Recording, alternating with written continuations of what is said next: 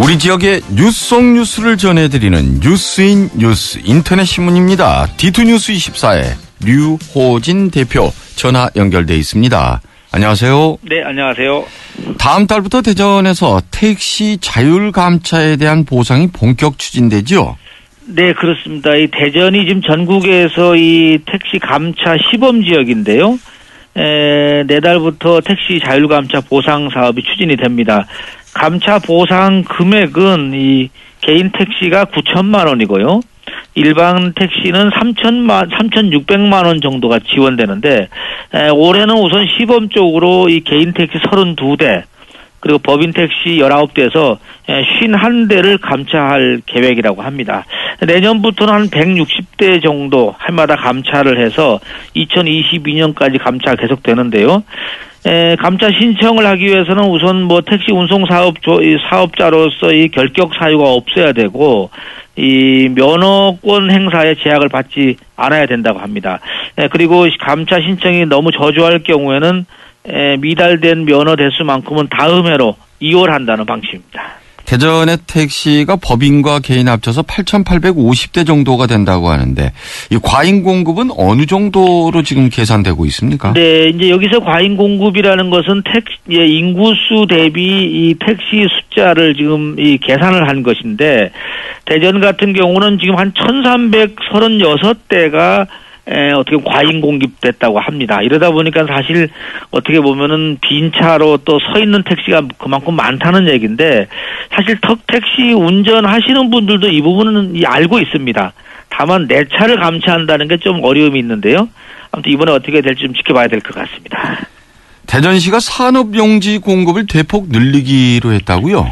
네, 어제 대전시가 발표한 내용인데 2020년까지 10곳의 산업용지를 마련하는데요. 대략 한 450만 평방미터를 공급하기로 했습니다. 현재 대전 지역에 공급된 산업용지가 한 1,000만 평방미터 정도 되니까 거의 절반 가까운 어떤 막대한 면적이 앞으로 한 5년 내에 공급이 되는 셈이 되겠습니다. 예. 산업단지가 어디에 공급되는지도 소개를 좀 해 주시죠. 네, 우선 올해 같은 경우는 동구 하소동에 한 15만 평방미터가 그러니까 올 3월에 지금 분양이 될 예정이고요. 그 다음에 연구단지, 연구개발 특구 2단계 사업에 따른 그 문지지구 한 5만 6천 평방미터 되는데, 문지지구도 올해 공급이 될 예정입니다. 그리고 서구의 평천산업단지라든지 둔곡 신동지구라든지 이런 쪽은 2017년에 분양을 예정을 두고 있고요.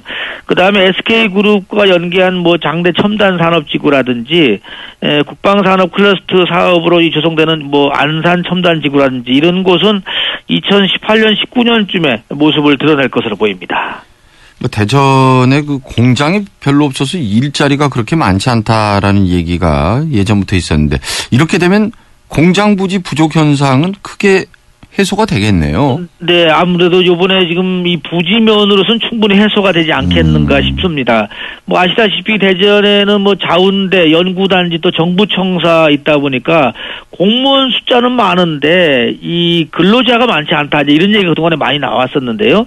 결국 기업이 없다는 것은 산업용지하고 연결되는데 이 부분이 해소가 된다고 하니까 좀 다행스럽기도 합니다. 산업용지가 공급되면 어제 대전시의 어떤 예측을 봤더니만 한 1,200개 정도의 기업을 유치할 수가 있고요. 한 3만 5천 개 정도 일자리가 창출돼서 연간 한 15조 8천억 정도의 생산액 증가가 예상된다. 예상대로만 됐으면 정말 좋겠습니다. 예. 그리고 공직선거법 위반 혐의로 기소된 황명선 논산시장에 대한 선고 공판이 어제 있었는데 결과도 좀 전해주시죠. 네, 어제 이 논산지원, 대전지법 논산지원에서 선고 공판이 있었는데요. 황 시장에게 벌금 90만 원이 선고가 됐습니다. 공직선거법상 100만 원 이상 선고되지 않으면 직을 유지할 수 있기 때문에 황 시장은 우선은 시장직은 유지할 수 있게 되겠습니다. 재판부는 어제 이 2013년도 출판기념회장에서 초청장 3,500장 뿌린 것하고 또 초청 문자 메시지 한 1,900건 정도 발송한 것, 또 출판기념회에 참석한 선거 국민들에게 자신의 업적을 홍보한 행위가 선거에 영향을 미치려는 행위이긴 하지만 선거와 직접 관련된 언동이 없었고 또 금품 제공과 같은 전형적인 기부액이 아닌 점을 들어서 당선 무효형까지는 선고하지 않았다 이렇게 밝혔는데요. 검찰은 항소할 방침이라고 어제 알려지고 있습니다. 네. 그런가 하면 충남 지역에 신입생이 없어서 입학식조차 못하는 초등학교가 8곳이나 된다고요? 네, 그렇습니다. 이 충남도 내 입학생이 없어서 입학식 못하는 학교 8곳이 지금 나오고 있는데, 구체적으로 보면은 보령의 외연도 초등학교를 비롯해서 또 보령 청룡초등학교 고대분교라든지 호도분교, 또 오천초등학교 삽시분교 이런 곳이 지금 이 신입생이 한 명도 없다고 합니다. 신입생이 딱 한 명인 학교도 6곳에 지금 달한다고 합니다. 그럼 신입생 한 명이면 어떻게 하는 거예요? 1학년 지금 이제 분교들이 대략 이런 현상이 벌어지는데 지금 지난해와 올해 신입생이 없는 학교들 뭐 상당히 좀 대체적으로 도서 지역이나 농촌 지역인데요. 젊은 층이 일자리라든지 자녀 교육 위해서 이제 도시로 떠나는 상황이 많이 벌어지고요. 그나마 남아있는 젊은 층의 출산율도 갈수록 낮아지기 때문에 이제 이런 현상이 벌어진다 이렇게 보는데, 다만 특이한 것은 서산 그 차동초등학교라고 해서 이 다문화 교육을 하는 학교인데, 차동초등학교라든지 아니면 금산에 있는 그 아토피 치유하는 상곡초등학교 이런 학교는 또 폐교 위기에 거의 갔다가 지금 다시 학생들이 돌아오는 사례도 있다고 합니다. 아무튼 좀 특이한 현상입니다. 그러니까 지역 특색을 최대한 잘 활용한 케이스네요, 이런 경우. 네, 그렇습니다. 네. 전국 최대 축산단지인 홍성에서도 구제역이 발생했죠. 네, 그렇습니다. 지금 뭐 엊그제 이제 발표가 됐는데요. 홍성군 은하면 한 양돈 농가에서 구제역 임상의 의심 증상이 신고돼서 정밀 주사를 실시한 결과 양성으로 좀 확인이 됐는데요. 기존까지는 천안 쪽 공주까지 내려오고 세종까지 왔는데, 이번에 이 최대 축산단지로 확대되다 보니까는 축산 농가를 뭐 비상이 걸리고 긴장을 지금 하고 있습니다. 그리고 홍성군의 옛 지명이 홍주인데, 이 홍주라는 이름을 되찾자라는 움직임이 있다고요? 네, 홍성 지역의 주민, 그러니까 뭐 이 주민들로 해서 이제 시민 단체가 결성이 돼서 지금 출범식을 가졌는데요. 뭐 여기에는 전직 군수라든지 군의원 또 대학 교수, 이게 사회 지도층에서 한 200여 명이 참여를 했다고 합니다. 이분들 얘기로는 이 고유 지명 변경이 일제 강점기인 1914년도에 이제 했는데, 이때는 어떻게 보면 우리의 정신을 말살하려는 어떤 교묘한 정책적으로 이루어진 거다, 이런 얘기를 하는데, 따라서 이런 고유 정체성을 되찾는 차원에서 지명 되찾기 운동을 좀 벌여나가자, 이렇게 지금 움직임이 벌어지고 있습니다. 네. 홍성군이라는 게 예전에 그 홍주군하고 결성군을 합친 지명이라면서요? 네, 그렇다고 합니다. 일제시대 때 홍주 하면 사실 만해 한용운 선생, 또 백야 김자진 장군, 뭐 홍주 의병에서 어떻게 보면은 항일 운동의 중심적인 역할을 했는데요. 일제가 이것을 좀 잠재우기 위해서 결국은 이름 자체를 바꾸려다 보니까 이렇게 됐던 것 같습니다. 그래서 바로 옆에 결성군이 있었는데요. 그래서 홍주군하고 결성군을 합쳐서 홍선군이라고 했는데, 지금 결성군은 결성면으로 지금 지명은 남아 있습니다. 근데 홍주군은 홍성군으로 바뀌었다가 지금 어떻게 지명 자체가 지금 없어지다 보니까는 안타까워하는 것 같습니다. 예, 오늘 다양한 소식들 잘 들었습니다. 네, 감사합니다. 디투뉴스 24의 류호진 대표였습니다. 네, 뉴스 플러스 시간입니다. 오늘은 지역 신문의 헤드라인이 조금씩 다른데요. 먼저 대전일보는 무사 안일이 KTX 좌초를 불렀다, 이런 제목으로 기사를 올려놨습니다. 대전의 전현직 시장 또는 지역 정치권이 오송분기점 결정 때부터 무책임한 행동을 보였다 해서 충분한 정치적 입지가 있음에도 불구하고 민심을 반영하지 못한 책임론이 부상하고 있다는 제목을 올렸습니다. 군강일보는 대전시 산업용지 빈곤을 해소한다는 소식인데요. 소식 올려놨는데 2020년까지 447만 평방미터를 개발해서 공급할 계획이라고 합니다. 이 정도면 지금까지 이 대전에 공급된 이 부지가, 산업용지가 한 100만 평방 조금 넘는데, 거의 한 5년 앞으로 몇 년 사이에 한 50% 정도를 더 공급을 한다는 계획입니다.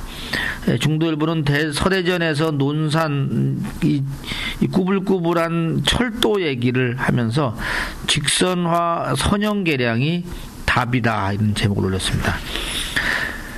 충청투데이는 이 구제역 비상에 손주도 못 볼 판이다 이런 이 르포 기사가 올라가 있고요. 김신호 차관이 지난 엊그제 5개월 만에 지금 차관직에서 내려왔는데요. 중도 하차를 놓고 해석이 분분하다 이런 뉴스를 정리했습니다. 내년 4월 이 총선 출마를 위한 것이다 이런 얘기도 있지만은 또 이 박근혜 대통령 이 코드 인사에 피해를 봤다 뭐 이런 해석도 나오고 있는 것 같습니다. 네, 그리고 2022년까지요 대전 지역의 택시를 1336대를 줄인다고 합니다. 지금 대전에 있는 공급된 택시가 8850대인데요.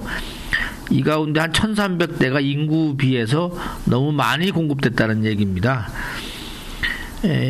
줄이는 데의 비용 엄청난데요. 우선 법인 택시는 3,600만 원, 개인 택시는 9천만 원까지 보상을 해준다고 합니다.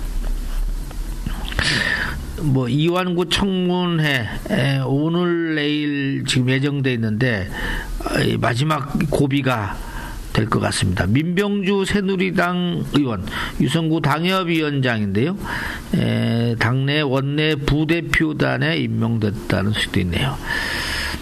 하나은행장의 김병호 직무대행이 직무대행의 꼬리를 뗐다고 합니다. 충청본부장 함행장은 물 건너간 것 같습니다. 정기룡 전 중부경찰서장을 지내신 분이죠. 현재 대전시 안전행정분과 명예시장으로 활동을 하고 있는데 퇴근 후 2시간이라는 책을 발간했다고 합니다. 2012년에 이분이 퇴임을 했는데요. 10년 전부터 퇴근 후 2시간을 이용해서 인생의 2막을 준비한 덕분에 지금 미래 현장 전략 연구소를 설립해서 은퇴 설계와 행복한 노후를 주제로 강연과 자문 활동을 좀 하고 있다고 합니다.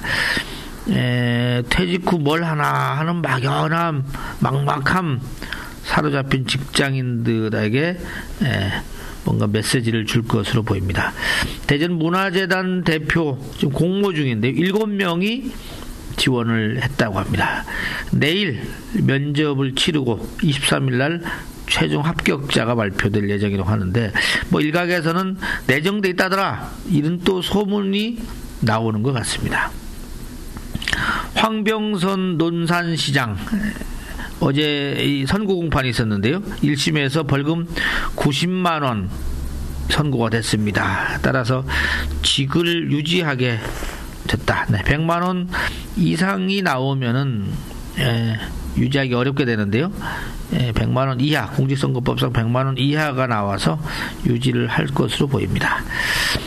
카이스트 이상엽 교수가 세계 3대 학술지 셀 시스템즈의 편집위원으로 선임됐다는 수도 있습니다. 김주찬 전 논산 부시장이 광산김씨 종중으로부터 공로 감사패를 받았다고 합니다. 새누리당의 이명수 의원 당 정책위 부의장단에 선임이 됐다는 소식도 있네요. 소설가 김훈 씨하고요, 개그맨 김병만 씨가 서천 국립생태원의 홍보대사로 위촉이 됐습니다. 중앙 언론들은 대체적으로 두 가지로 나눠지네요. 한겨레하고 한국일보는 원세훈 대선 개입 법정 구속됐다는 뉴스를 헤드라인으로 다 다뤘는데 조선일보와 한국경제는 증세는 국민 배신이다. 정치가 할 소리냐. 박근혜 대통령의 그 증세 얘기. 또 조선일보는 박과문의 증세 정명준돌. 결국 증세 얘기를 헤드라인에 올려놨습니다. 연금개혁 얘기가 자꾸 나오는데 그러다 보니까 명퇴교사가 작년에 비해서 2배 반이 늘었다고 합니다. 오늘은 이 경제면에서는 이재용의 리더십을 다뤘는데 아니다 싶으면 당장 현장으로 달려간다 해서 이재용의 다이렉트 리더십 이렇게 제목을 뽑아놨네요. 이달에만 벌써 중국으로 일본으로 날아가는데요. 가서 해외 법인들 가서도 쓴소리를 한다고 합니다. 네, 전용기 안 타고 가시네요. 네. 근데 이재용 이 부회장이 이건희 회장보다도 더 냉정하다 이런 평가도 나오고 있다고 합니다. 이건희식은 뭐든지 1등이 되라, 1등이 돼야 된다 이렇게 강조를 많이 하는데요. 이재용식은 1등이 못 된다면 정리하겠다. 아주 냉정하지 않습니까? 네. 아버지를 능가하려고 하는 것 같습니다. 이상 플러스 마치겠습니다.